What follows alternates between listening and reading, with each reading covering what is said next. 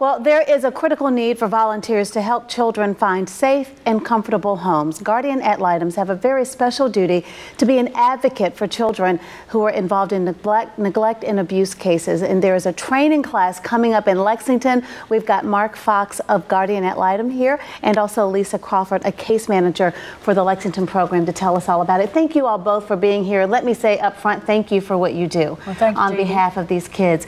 Lisa, let me start with you about the type of person that you look for to be a guardian ad litem. Someone with a big heart for children who wants to see a child's life take a remarkable turn for the best. Yes. And there are some qualifications that go along with that. We'll talk about that in just a moment. Mark, I want to know what got you involved. There's so many great volunteer opportunities. What drew you to this? Well, I saw something on the news or on the radio years ago, and it just sounded like the perfect thing, because you get down and you help a child. Yes. You know, this is one of those type of events or volunteer opportunities where you can see the fruit of your labor. You actually see the difference that you're making. And you can make a big difference. Well, and that's the other thing. When you get involved in this program, they don't just throw you out there. I mean, you get training so that you develop a relationship and that bond and that trust with these kids who really need some stability in their lives. Oh, yeah. You go through an extensive training. They tell you about the law. They tell you about DSS. They tell you about opportunities for, you know, drug and alcohol rehab. Parenting classes, so they give you a really good background before you go out and take that first case. So Lisa, I know that there's a lot of information involved with this, but what are just the basic qualifications for someone watching who may be interested? Someone needs to be 21 years old, or at least 21 years old.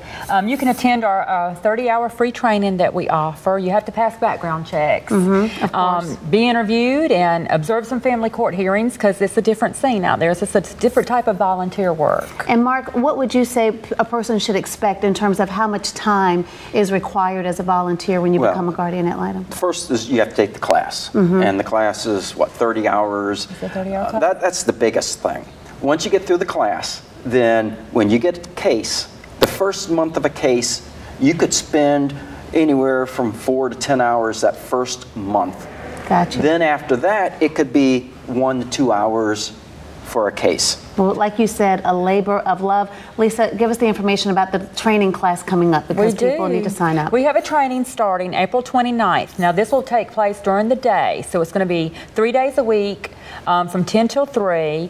It'll be at our office at this time. And to get information, I encourage everyone to either call 803-957-6484. That's our office in Lexington. Okay. Or they can visit our website and read even more about our program and download an application and send that in. And that website is www.lexington.scgal.org. So lexington.scgal.org. All right, don't worry. We'll make sure everyone gets the information. If you didn't have a pen to jot all of that down, I'll make sure that I post this on my Facebook page and the WIS Facebook page.